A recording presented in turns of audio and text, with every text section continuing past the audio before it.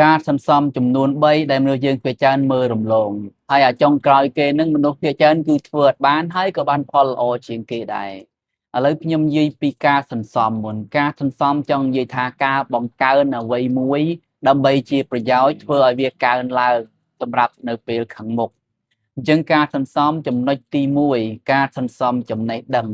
ជាទូទៅការសន្សំចំណេះដឹងគឺប្រើរយៈពេលយូរណាស់ប៉ុន្តែបងប្អូនជាទូទៅគឺអត់សូវដែរចាប់អារម្មណ៍ទេឥឡូវយើងគិតចាយើងសន្សំចំណេះដឹងតាំងពីកើតមកចូលរៀនបឋមចូលរៀនមត្តេយ្យចូលបឋមចូលវិទ្យាល័យចូលអនុវិទ្យាល័យសន្សំម្ដងបន្តិចម្ដងបន្តិចរហូតដល់មហាវិទ្យាល័យរហូតដល់អនុបណ្ឌិតទៀតអញ្ចឹងការសន្សំនឹងខ្លះក៏ស៊ីពេលអស់ពាក់កណ្ដាលសឹងតែចិត្តពាក់កណ្ដាលជីវិតរបស់យើងទៅហើយ10 20ឆ្នាំទ្រាំតែចប់បញ្ញត្តិខ្លះក៏ដល់ដុកទ័រទៀតចង់និយាយថាសន្សំចំណេះដឹងនឹងវាសំម្ដងតិចម្ដងតិចយើងរៀនមុនដំបូងពីកពីខពីគោពីខោពីលេខ1លេខ2លេខ3ការសន្សំនឹងមនុស្សជាទូទៅគាត់ឲ្យតម្លៃប៉ុន្តែគាត់មើលរំលងចង់និយាយថាម៉េចគាត់មានការអត់ធ្មត់ចំណាយលុយឲ្យកូនរៀនកូនក៏សន្សំដោយមិនដឹងខ្លួនគឺក្មេងដឹងតែទៅសាលាប៉ុន្តែមិនដឹងថាការទៅសាលានឹងជាការសន្សំចំណេះដឹងជាការវិនិយោគលើចំណេះដឹងតែទៅពេលខាងមុខនឹងនឹងបានផលប្រយោជន៍មហាសាលមកវិញ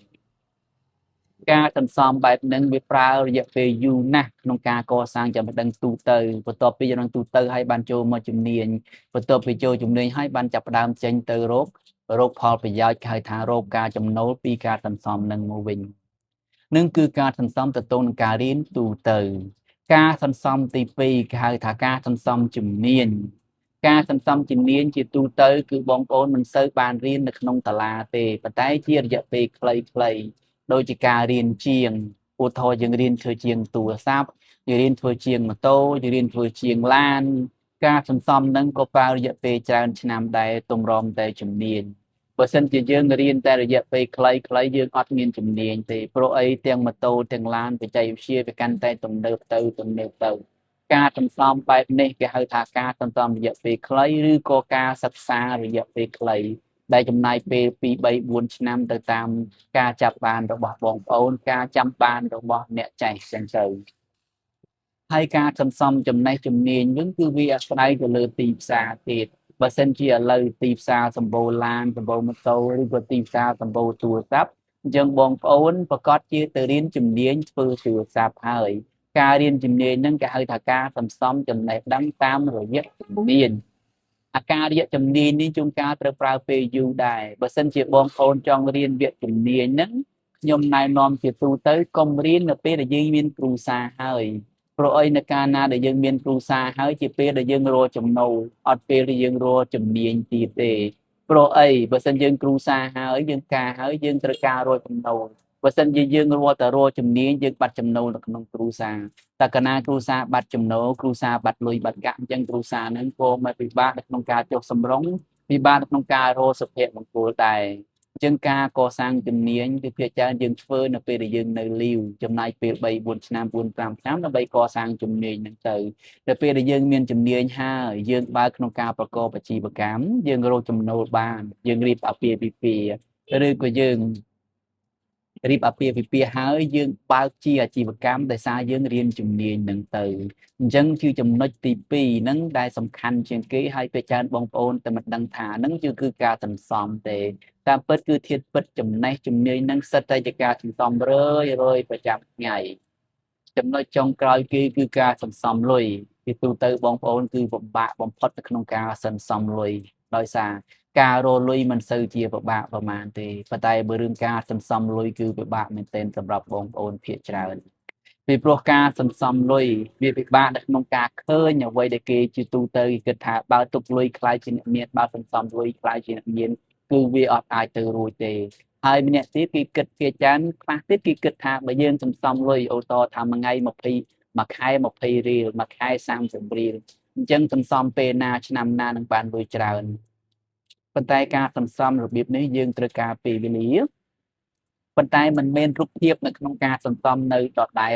លទេឥឡូវឧទាហរណ៍ថាយើងរកជំនាញឬក៏យើងធ្វើការបានប្រាក់ចំណូលតែពេលបានប្រាក់ចំណូលមកហើយ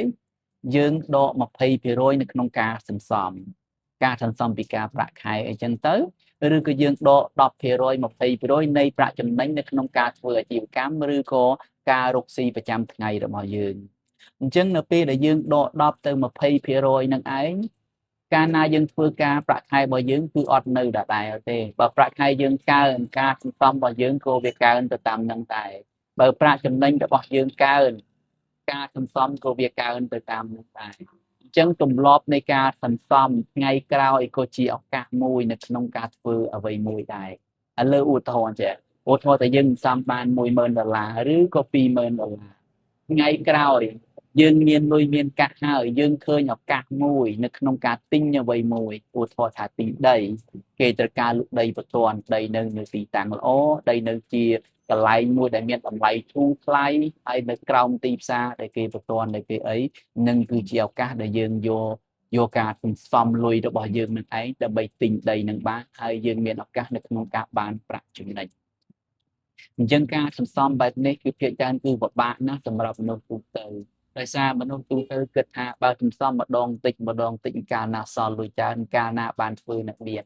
ហើយត្រូវការភាពអត់ធ្មត់ត្រូវការទម្លាប់ត្បិតត្បៀតនៃការចាយវាយប្រចាំថ្ងៃបើសិនជាយើងចង់បង្កើតទម្លាប់សន្សំគឺយើងត្រូវតែដកលុយសន្សំមុន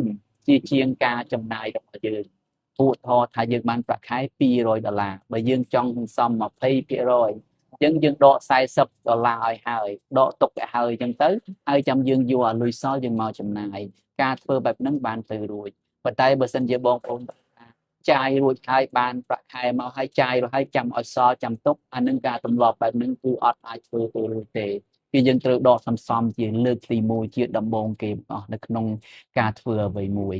ហើយការសន្សំជាលុយហ្នឹងក៏អាចសន្សំថ្ងៃក្រោយមានឱកាសនៅក្នុងការរកស៊ីក្នុងការទិញរបស់របរដែលមានចំណេញឬក៏យើងយកលុយកាក់នឹងឯងដើម្បីទៅធ្វើវិនិយោគអ្វីមួយឥឡូវឧទាហរណ៍ថាយើងធ្វើការអញ្ចឹងយើងអត់ចង់ធ្វើការមួយជីវិតទេ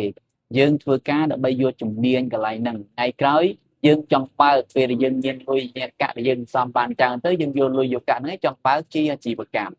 ឥឡូវឧទាហរណ៍ថាយើងធ្វើការនៅក្នុងហាងកាហ្វេមួយយើងជំនាញខាងឆុងកាហ្វេហើយយើងសំលុយកាក់បន្តិចទៅថ្ងៃក្រោយលុយកាក់របស់យើងមានចំនួនរាងក្រែលដែរអញ្ចឹងយើងនឹកឃើញថាអនាគតទៅយើងចេះណាយើងចេះឲ្យខាងជំនាញកាហ្វេអញ្ចឹងយើងយកសន្សំរបស់យើងទៅបើករកស៊ីខាងកាហ្វេនឹងស្រេចតែម្ដងអញ្ចឹងអ្វីដែលយើងមានជំនាញហើយអ្វីយើងមានការសន្សំទុកហើយអានឹងគឺជាឱកាសរបស់យើងនៅក្នុងការធ្វើអាជីវកម្មក្នុងការវិនិយោគក្នុងការធ្វើអ្វីមួយឬក៏ឧទាហរណ៍ថាយើងសន្សំយើងមានកម្រងចង់ទិញឡានអញ្ចឹងការសន្សំបន្តិចទៅយើងមានលុយហើយថ្ងៃមួយស្រាប់តែមានឡានមួយដែលមានតម្លៃធូរថ្លៃដែលល្អដែលជាឱកាសអ្នកលក់បន្ទាន់លុយត្រូវការលុយអញ្ចឹងយើងទិញពឹបយើងការទិញពឹបហ្នឹងយើងអាចទិញបានធូរថ្លៃទៅទៀតដោយសារកាលណាយើងធ្វើអ្វីមិនប្រញាប់ឱកាសនៅក្នុងការបានរបស់ដែលល្អរបស់ដែលរៀងធូរថ្លៃគឺវាកាន់តែសម្បូរឱកាសនៅក្នុងកន្លែងហ្នឹងអញ្ចឹងបងប្អូនកុំមើលរំលងជាទូទៅបងប្អូនធ្វើដោយមិនដឹងខ្លួនពាក់ព័ន្ធជាមួយនឹងការសន្សំចំណេះដឹងឲ្យកូនឲ្យចៅឬក៏ខ្លួនឯងអ្នកខ្លះចាស់ហើយក៏នៅតែរៀនភាសារៀនអីទៀតដល់ការសន្សំ